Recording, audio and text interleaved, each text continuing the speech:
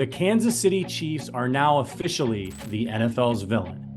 If you're not a Kansas City Chiefs fan, you've probably been sick of this team for a while now. Even before Patrick Mahomes became the starter in 2018, the Chiefs were racking up a lot of wins and AFC West championships with Andy Reid and Alex Smith. But back then they were still the lovable losers, who you could always count on to falter, often in excruciating fashion, once the playoffs arrived. Then Mahomes took over and the Chiefs went into another stratosphere thanks to high-flying offensive weapons like Tyreek Hill and Travis Kelce. Like Luke Skywalker in Star Wars, Mahomes was the chosen one, destined to arrive on a white horse and rescue millions of NFL fans from the evil Emperor Belichick and Darth Brady. Most NFL fans, even if begrudgingly, liked these Chiefs. They were fun to watch, and Andy Reid, Mahomes, and Kelce all have lovable and infectious personalities. The Chiefs won a Super Bowl, hosted 5 straight AFC championship games, and then won another Super Bowl. Great teams like the Chiefs tend to have 3 phases. They begin as a lovable, startup winner that has an exciting brand of ball and features a mostly likable cast of characters. Then, as the years go on, and they beat everyone's favorite team a few times, the negative feelings toward them start to build a little bit in a bubble underneath the surface. As Broncos tackle Quinn Miners once said, I'm sick of losing to the Chiefs. Then the inflection point happens, where the team goes from being an annoying thorn in the side of the opposing fans to the most hated and despised team in the league. Remember the start of the Golden State Warriors dynasty? The 2014-2015 Golden State Warriors, led by 2 of the best shooters in NBA history and a lovable head coach in Steve Kerr, changed the NBA forever. Their high-flying offense was unstoppable and a blast to watch as they pulled up and drained three-pointers from all over the court. They overwhelmed teams with a hurricane of points, often out of nowhere, erasing large deficits in minutes, sometimes even seconds. They were described by many as a joy to watch, and their style of play changed the game. The Warriors stormed their way to the NBA Finals, spoiling LeBron James' return to Cleveland, and LBJ's super team fell to Golden State 4-2. The Warriors were the toast of the NBA throughout the 2015 and 2016 season.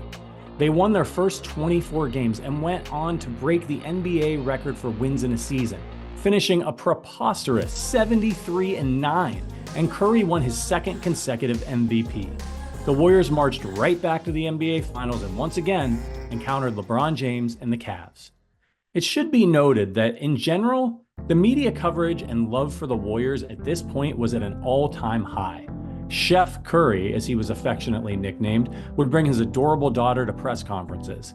Steve Kerr was a winning and thoughtful podium presence. Klay Thompson was a likable and lethal sidekick. Draymond Green, a defensive enforcer, was disliked by opposing fans but respected for his toughness and grit. The Warriors jumped out to a 3-1 lead over the Cavs. This team was no longer Cinderella, but the T-800 from the Terminator. By this point, the media saturation and the dominant play had opposing fans frustrated and ready to see the Warriors take a fall. But it just didn't seem like that was going to happen. Other than Green being unlikable and having a penchant for kicking other players in the nuts, these guys were just too good and too likable. Then Game 4 of the NBA Finals happened, and the lovable Warriors began their transformation into the most hated team in the NBA.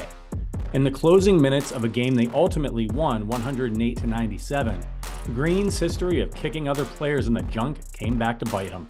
Green fell to the ground and James stepped over him. Feeling disrespected, a frustrated Green punched James in the groin. The two had to be separated, and Green was assessed his 4th flagrant foul of the playoffs and was suspended for Game 5. Still, the Cavs were doomed, right?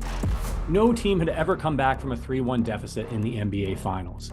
Cleveland sure as hell wasn't going to do it against this Warriors team, but the desperate Cavs had some fight in Game 5 and took it to the Warriors, with LeBron James and Kyrie Irving both going off for 41 points apiece, and Cleveland won 112-97. Green returned for Game 6, but the Cavs had stolen the momentum.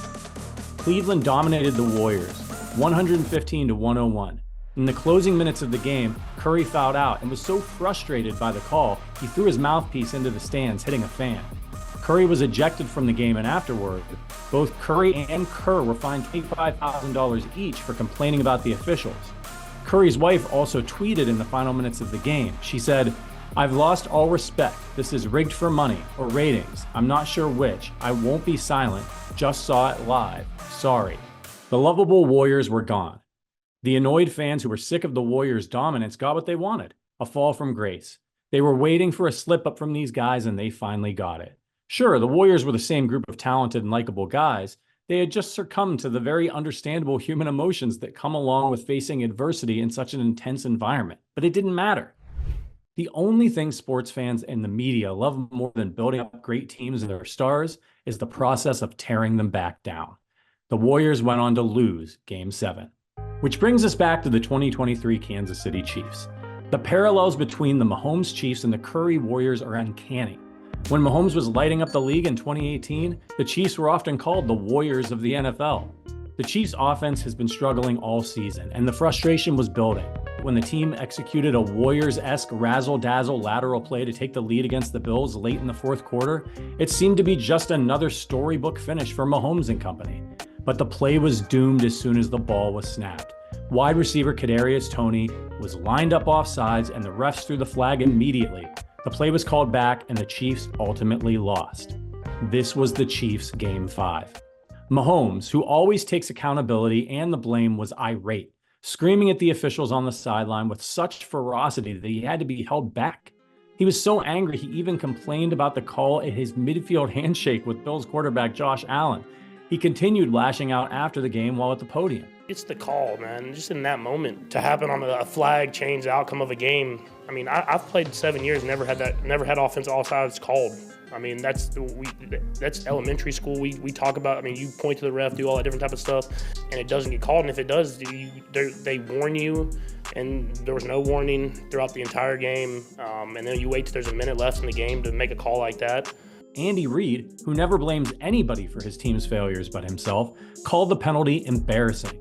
The rest of the team followed suit, with guys like Jerick McKinnon claiming the refs had it out for the Chiefs. Just like the Warriors, the Chiefs haters were finally having their day. They gleefully took to social media to call out the Chiefs for being sore losers, for whining about a penalty that was so clearly a penalty. Former officials took to the airwaves to point out how badly Toney was offsides, and explained why the Chiefs were wrong to assume that they should have been given a warning before being flagged. If you're a Chiefs fan watching this, you may be nodding your head and you may agree with the team. But this isn't a video about whether or not the flag should have been thrown or whether or not the Chiefs should have voiced their frustrations. It's about what happens next. The Chiefs have reached the inflection point, and there's no going back. Kansas City has reached a crazy level of saturation. They've won 2 Super Bowls and a bunch of AFC championships and division titles. You can't turn on the TV without seeing Patrick Mahomes and Andy Reid and 1,500 State Farm commercials. Travis Kelce has hosted Saturday Night Live, launched the most popular sports podcast in the world, and is even recording hit Christmas albums with his brother. And oh yeah, he's dating the most famous woman in the world, and that has been rammed down everyone's throat about 1 million times during every primetime game. People who aren't Chiefs fans are sick of the Chiefs, and now they have an even better reason to hate them.